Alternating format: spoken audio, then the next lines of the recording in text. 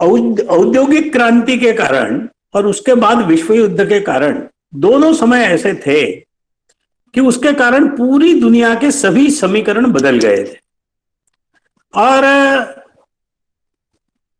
पूर्व विश्व युद्ध के पूर्व या औद्योगिक क्रांति के पूर्व का विश्व और बाद का विश्व, ये दोनों बहुत अलग हो गए थे।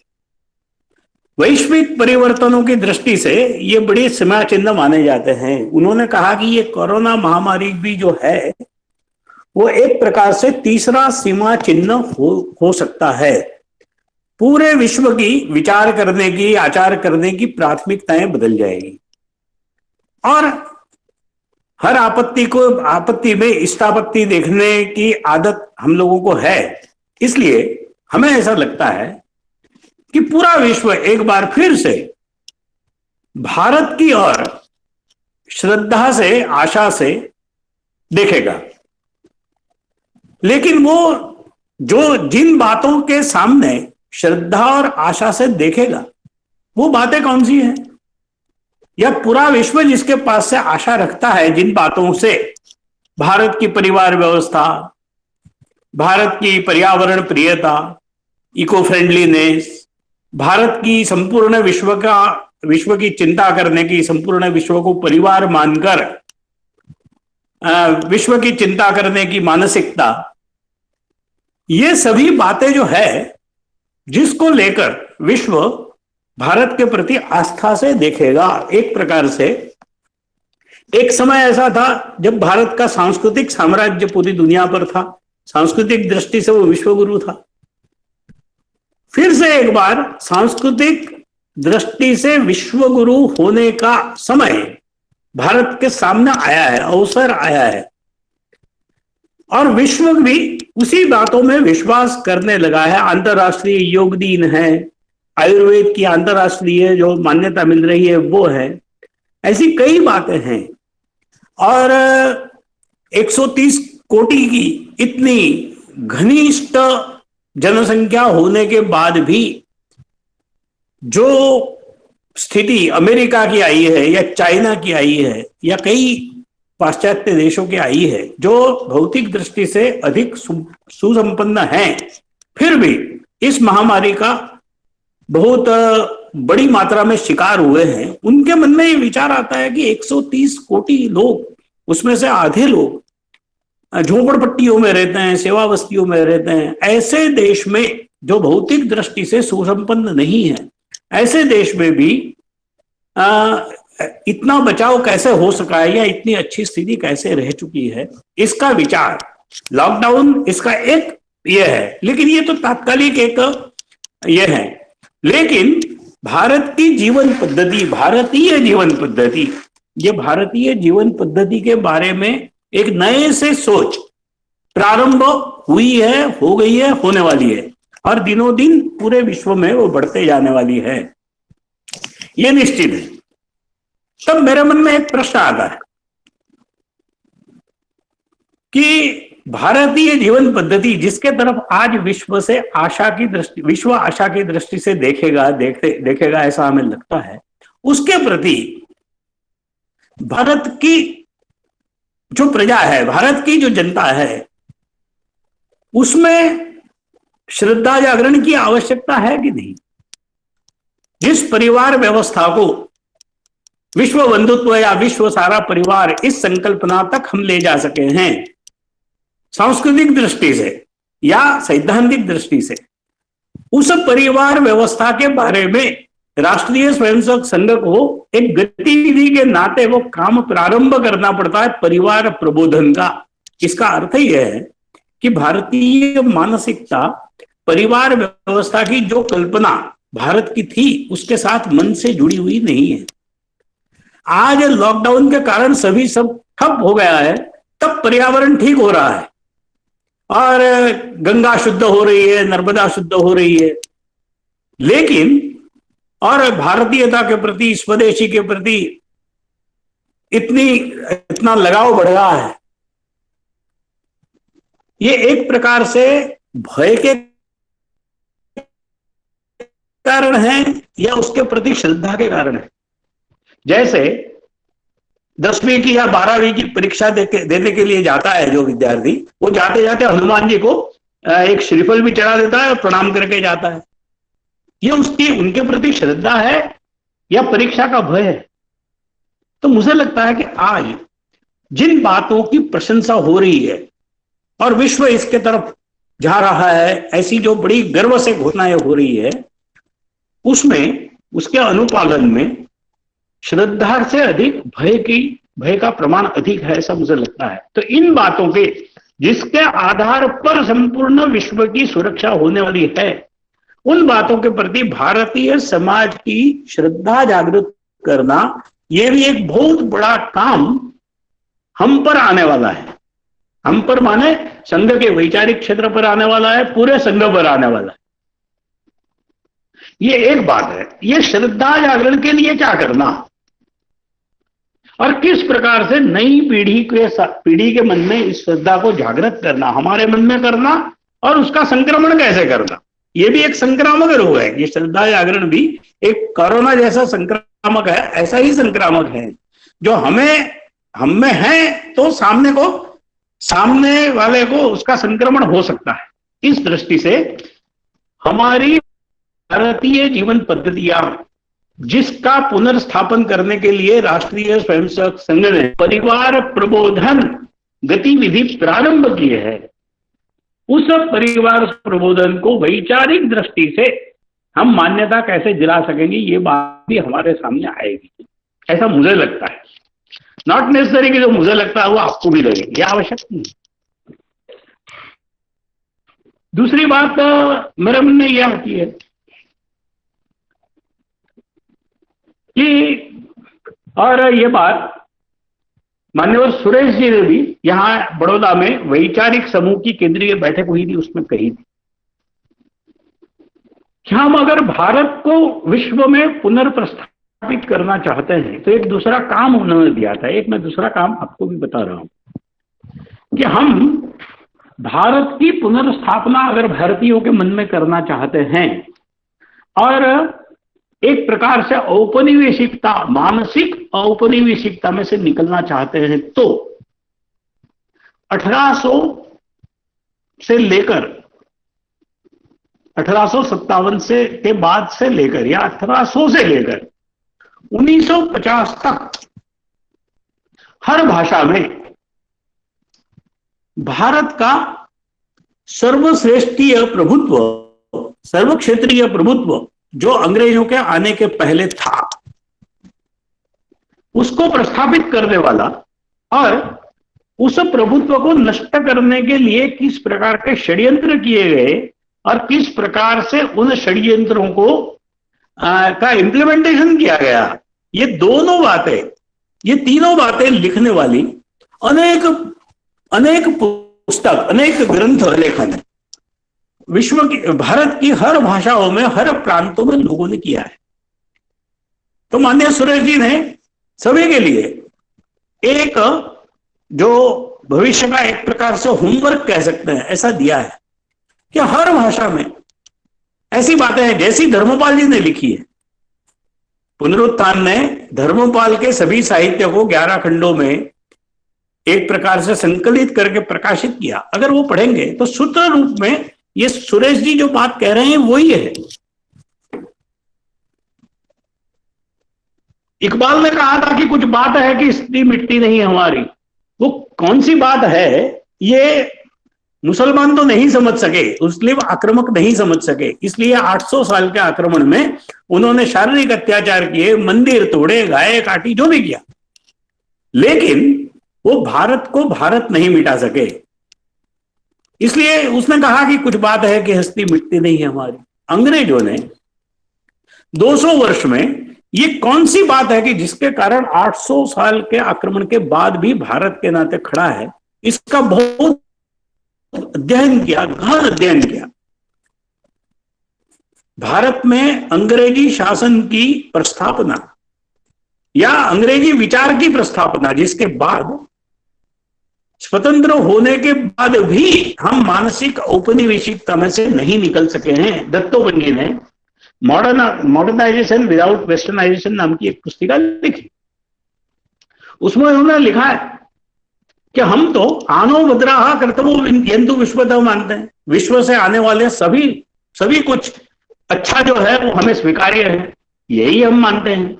तो हम ज्ञान को पश्चिम और पूर्व में बांटेंगे क्या? तो हम नहीं बांटेंगे। हम ये कहते हैं कि पाश्चात्य तत्वज्ञान में, पाश्चात्य ज्ञान में भी जो जो श्रेष्ठ है, जो अच्छा है, वो हमें स्वीकार्य है।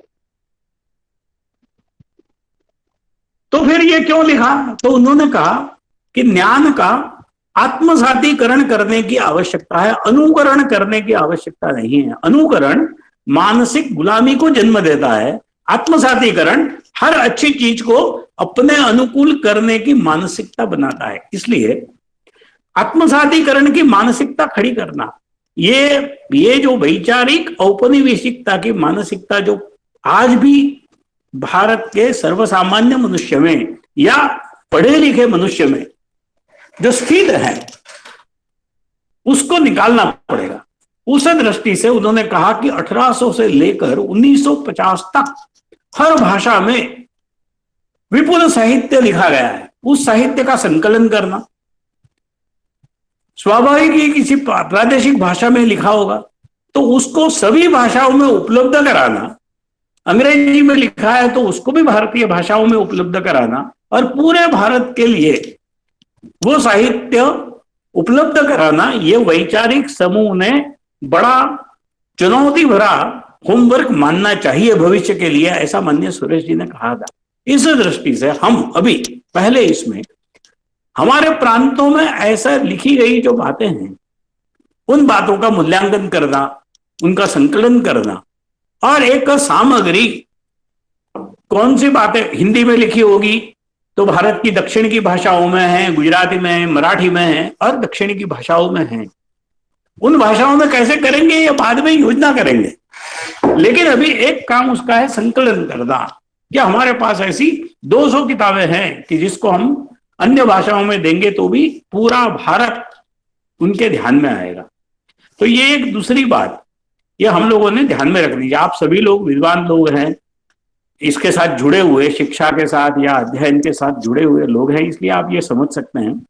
मैं तो इतना जुड़ा नहीं हूं अध्ययन से या यूनिवर्सिटी से जुड़ा हुआ नहीं हूं, लेकिन जो सुना है वो कह रहा हूं। तीसरी एक बात, वो तीसरी बात कह के मैं मेरी बात पूरी करूंगा। तीसरी एक बात है, ये है कि हम जो करना चाहते हैं वो संघ को अपेक्षित कार्यकर्ता के नाते ही कर सकते हैं। हमने वैचारिक क्षेत्र में काम करना है। इसलिए मैं एक दो तीन बातें माननीय दत्तोपंत जी की कहूं। दत्तोपंत जी का जन्मशती वर्ष है और पूरे भारत में उनका विचार विश्व ले जाना, ये एक प्रकार से प्रज्ञा प्रवाह की जबलपुर बैठक में जो पूरे वर्ष के लिए कार्यक्रम निश्चित हुआ उसका एक भाग है। इसलिए माननीय दत्तोपंत जी की दो तीन बातें कहूंगा। पहली बात तो मैंने ये कही कि हमने अनुकरणशीलता के सामने आत्मसातीकरण उसको प्रस्थापित करना है। भारत के जन जन में हम अनुकरण नहीं करेंगे, अच्छी बातें हैं उसका आत्मसातीकरण करेंगे। थोड़ी लघुता ग्रंथि में से बाहर आएंगे तो वो कहते हैं कि हमारा आदमी वर्णन करेगा तो सरदार पटेल का वर्णन करते समय कहेगा और बिस्मार्क का वर्णन करते समय कहेगा कि सरदार पटेल भारत के बिस्मार्क है, या कालिदास ये भारत का शेक्सपियर है, शेक्सपियर वहां का कालिदास है, ये हम नहीं कहते, या बिस्मार्क वहां का सरदार पटेल है, ये नहीं कहते। ये एक लघुता ग्रंथि है जो 200 वर्ष की अपनी औपनिवेशिक गुलामी में से आई हुई बातें हैं। तो ये अपना जो है, अपने बातों के प्रति गौरव जागृत करना, ये दूसरी बात है। तो ये एक बात दत्तोपंत जी ने कही है। दूसरी एक बात उन्होंने कही है और उन्होंने अपने व्यवहार से बताई है। मैं उस व्यवहार का एक आध उदाहरण दूंगा। वो है कि अपना कार्यकर्ता ईश्वरीय कार्य के योग्य अपने को बनाना। उन्होंने एक बड़ा अच्छा उदाहरण दिया।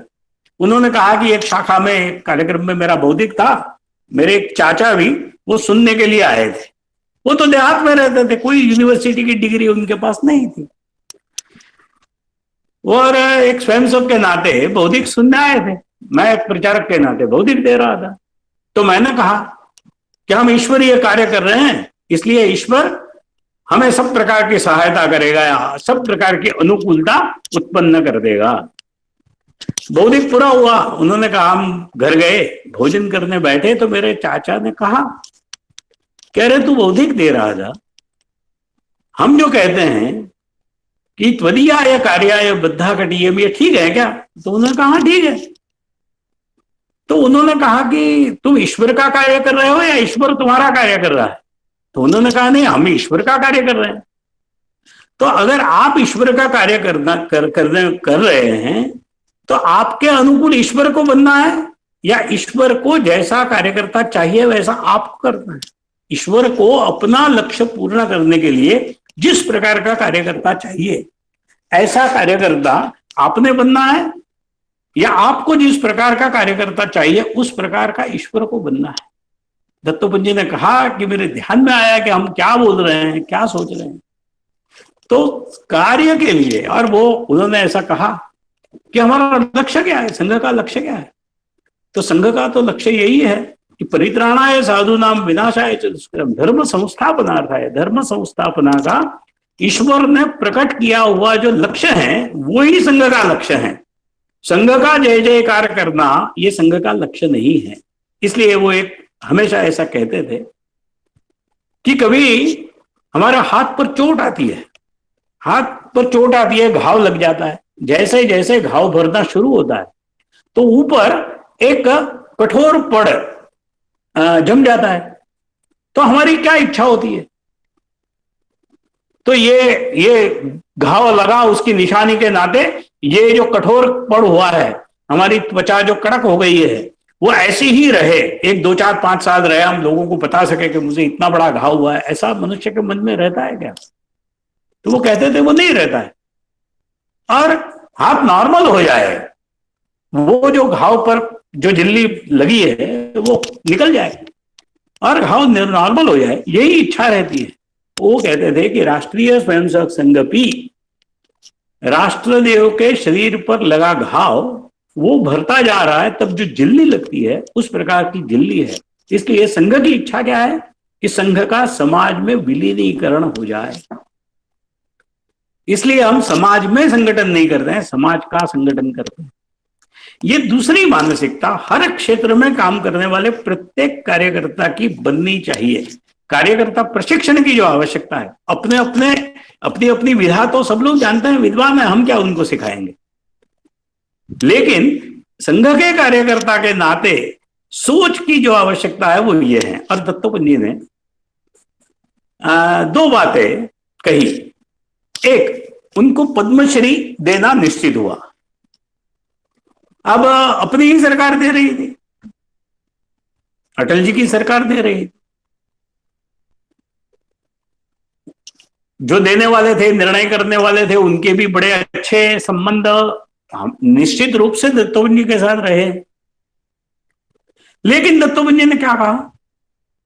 तो दत्तोपंत जी ने कहा कि भाई मुझे क्यों दे रहे हैं आप? मैं जिस विचार का वर्णन किया है उस विचार को अगर दे रहे हैं तो मैं तो उस विचार की जो स्कूल है, उसका जो विद्यालय है, उसका विद्यार्थी हूं। अगर आपको देना है, उस विचार का सम्मान करना है, तो उस विचार के स्थापक या उस विचार के प्रवर्तक डॉक्टर हेडगेवार, उनको भारत रत्न दीजिए। अगर आप उनको भारत रत्न नहीं दे सकते हैं तो मैं पद्मश्री स्वीकार नहीं कर सकता, क्योंकि मैं तो उस स्कूल ऑफ थॉट्स का विद्यार्थी हूं। बहुत लोगों ने कहा होगा, संघ के अधिकारियों को भी बीजेपी के लोगों ने कहा होगा कि अरे आप दत्तोपंत जी को समझाइए, हमने निर्णय किया है, हमें बड़ा आनंद होगा दत्तोपंत जी को पद्मश्री देंगे तो दुनिया भर में एक अच्छा संदेश जाएगा। लेकिन दत्तोपंत जी ने इसको स्वीकार नहीं किया। संघ के अधिकारियों ने भी इतना प्रेशर नहीं किया होगा, क्योंकि उनकी कहने की बात वो समझते थे। ये दत्तोपंत जी थे। तो ऐसा कार्यकर्ता हमें अपेक्षित है। किसी भी काम को सर्वांगीण उन्नति करनी है तो किसी भी काम को किसी भी क्षेत्र को ऐसा कार्यकर्ता अपेक्षित है। दूसरी बात जो बहुत कम लोग जानते हैं, शायद संघ के वरिष्ठ अधिकारी हैं वो जानते होंगे, 1964 में, ये अंतिम बात करके मैं पूरी करता हूं मेरी बात, 1964 में परम पूजनीय गुरु जी ने दीनदयाल जी को कहा, दीनदयाल जी उस समय अध्यक्ष थे भारतीय एजेंट संघ के, उनको कहा कि भाई दत्तोपंत को राज्यसभा में भेजिए। अब गुरुजी ने कहा दत्तोपंत जी को करना था निर्णय, तो हो गया, और 64 में दत्तोपंत जी राज्यसभा के सदस्य हुए। 12 वर्ष 2 सत्र दत्तोपंत जी राज्यसभा के सदस्य रहे। इतनी कुशाग्र बुद्धि प्रतिभा के धनी वो होने के बाद राज्यसभा में उनकी नियुक्ति होने के बाद गुरुजी ने उनको बुलाया और अपनी आदत के अनुसार, आइए नेताजी, आइए आइए, आपका स्वागत है, ऐसा करके उन्होंने स्वागत किया, बड़ा मजाक करते हुए। ठेंगड़ी जी भी बड़े संकोच से गए और उन्होंने कहा ये क्या कर रहे हैं, आपकी आज्ञा सुनाइए। उन्होंने कहा कि आज्ञा करने के लिए नहीं, 2 विकल्प आपके सामने रखने के लिए आपको बुलाया, तो वो बताइए। तो उन्होंने कहा कि देखिए, आपकी जो बुद्धि प्रतिभा है, आपकी बुद्धि प्रतिभा के आधार पर संसदीय क्षेत्र में, पार्लियामेंटेरियन क्षेत्र में आप विश्व प्रसिद्धि प्राप्त करेंगे, वैश्विक प्रसिद्धि प्राप्त करेंगे। आपके लिए वो कठिन बात नहीं है, आपकी बुद्धि प्रतिभा ही ऐसी है कि आपको वैश्विक प्रसिद्धि प्राप्त हो ही जाएगी।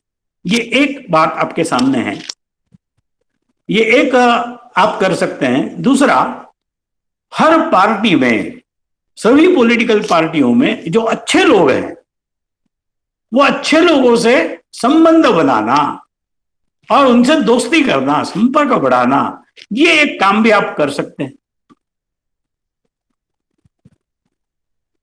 2 में से क्या करना, ये विकल्प आप निश्चित कीजिए। ये 2 बातें, 2 विकल्प आपके सामने रखने के कारण मैं आपको बता देता हूं। तो उन्होंने कहा कि आप वैश्विक प्रसिद्धि प्राप्त करेंगे तो संघ की ही प्रतिष्ठा बढ़ेगी कि संघ का एक प्रचारक इतनी वैश्विक प्रसिद्धि प्राप्त कर सकता है, ये भी है, इससे भी संघ का लाभ है।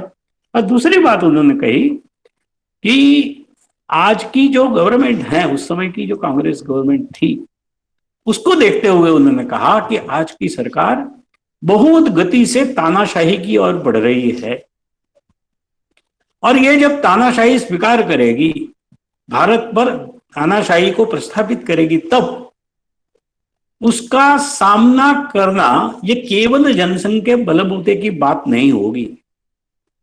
सभी को मिलकर उस तानाशाही के विचार के विरोधी जितने लोग हैं, लोकतंत्र के समर्थक जितने लोग हैं, उन सबको एकत्र करके उसके सामने संघर्ष करना पड़ेगा। और ये सभी को एकत्र करने की क्षमता भी जनसंघ की नहीं होगी, जनसंघ ये नहीं कर सके। इसलिए राजनीति में ऐसा व्यक्ति आवश्यक है कि जो सभी सभी पार्टियों में जो अच्छे लोग हैं, उनसे अच्छे संबंध बनाए और समय आने पर इसको इस कार्य के लिए जोड़े।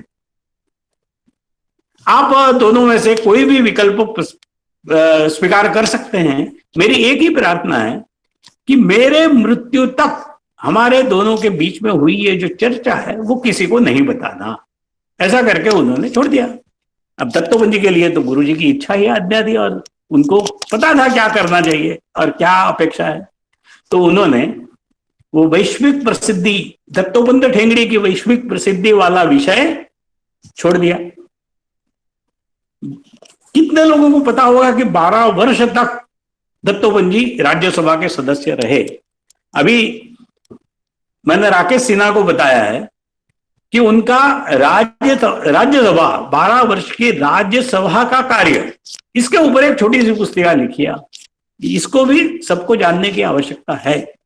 लेकिन उन्होंने दूसरा विकल्प स्वीकार किया, सभी पार्टियों के अच्छे लोगों से संबंध बढ़ाए। हिंदू इकोनॉमिक्स लिखने वाले एमजी बोकरे, जो कम्युनिस्ट पार्टी के कार्ड होल्डर राज्यसभा के सदस्य थे, वो भी उसमें से एक हैं। और इमरजेंसी कब आई? 1975 में आई। परम पूज्य गुरु जी चले गए 1973 में। तो 75 में जब आई, जब लोक संघर्ष समिति बनी, वो लोक संघर्ष समिति के नींव के पत्थर माननीय दत्तोपंत ठेंगड़ी बने, जिनके आधार पर, जिस लोक संघर्ष समिति के आधार पर तानाशाही सरकार का सामना भी हुआ और उसका विश्व में, संपूर्ण विश्व से जिससे सीमित हो गया, ऐसा पराजय भी संभव हुआ। गुरुजी तो 73 में चले गए थे, 73 में चले गए, लेकिन उनके मन में 12 वर्ष मेरे पास है, मैं एक विश्व प्रसिद्धि प्राप्त कर लूं, दत्तोपंत ठेंगड़ी विश्व प्रसिद्ध हो जाए, ये बात नहीं रही। जिस काम के लिए मुझे भेजा है, गुरुजी की जो अपेक्षा है, उसी काम के लिए मेरा सर्वस्व समर्पित है, यही बात उनके मन में रही और उसको उन्होंने साकार कर दिया। ये दूसरी बात है। तो ऐसे दत्तोपंत जी हमारे मार्गदर्शक रहे और हम भी ये इसलिए कह रहे हैं।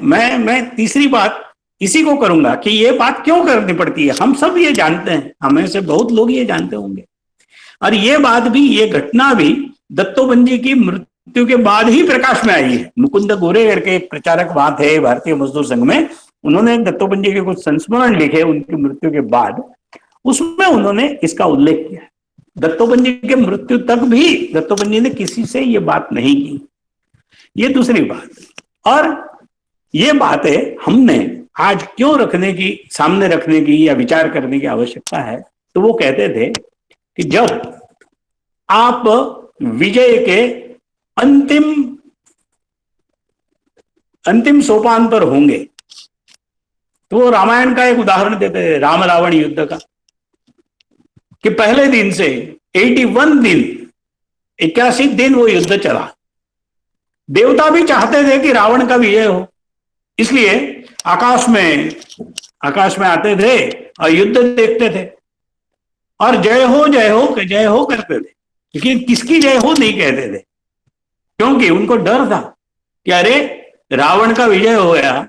वो चाहते थे राम का जय हो, लेकिन वो जय हो कहते थे, राम का जय हो नहीं कहते, क्योंकि उनको लगता था कि अरे रावण की विजय हो गई तो हमारी स्थिति खराब हो जाएगी, इसलिए जय हो कहो, जिसका जय होगा उसके साथ चले जाएंगे। 80 दिन के बाद जब कुंभकर्ण, मेघनाद सबका वध हुआ, रावण का पराजय निश्चित हो गया, तब इंद्र ने रावण रथी विरथ रघुवीरा विरथ तो पहले दिन से थे, लेकिन इंद्र ने अपना रथ और अपना सारथी मातली उसको 80वें दिन भेजा राम के लिए। वो चाहते थे कि राम की विजय हो, फिर भी 80वें दिन भेजा। तो वो कहते थे, दत्तोपंत जी ये उदाहरण देकर कहते थे कि आप विजय के अंतिम सोपान पर होंगे, तब आपसे भी अधिक निष्ठावान, अधिक चमकीले, अधिक वाक्चतुर ऐसे लोग आकर आपके प्रथम पंक्ति में खड़े हो जाएंगे, और तब दो बातें कार्यकर्ता में के मन में आ सकती है। एक, हम पूरा जीवन काम किया, हम तो पीछे ही रह गए, ये एक बात आ सकती है, और देखो कल आने वाले लोग आगे बढ़ गए, ये एक बात होती है। और आज जो भी आगे बढ़े, ये कार्य उसके अंतिम विजय के पड़ाव तक ले जाने की जिम्मेवारी हमारी है, हम पीछे रहकर भी यही करेंगे। ये दूसरी कार्यकर्ता की मानसिकता, ये कार्यकर्ता की मानसिकता तैयार करने की आज आवश्यकता है, क्योंकि ये बात आने वाली है। विजय के अंतिम सोपान पर अपनी हर प्रकार की चमक को दिखाते हुए पहली पंक्ति में आकर खड़े हो जाने वाले विद्वान, विचारक, देशभक्त, उनका एक बहुत बड़ा प्रवाह आएगा। उस समय अपना कार्य और अपना कार्यकर्ता, अपने कार्यकर्ता के आधार पर ही भारत की सर्वांगीण उन्नति स्थापित है, ये बात मानने वाला, विश्वास करने वाला, और मैं इस कार्य के लिए हूं, इसके कार्यकर्ता की आवश्यकता पड़ेगी।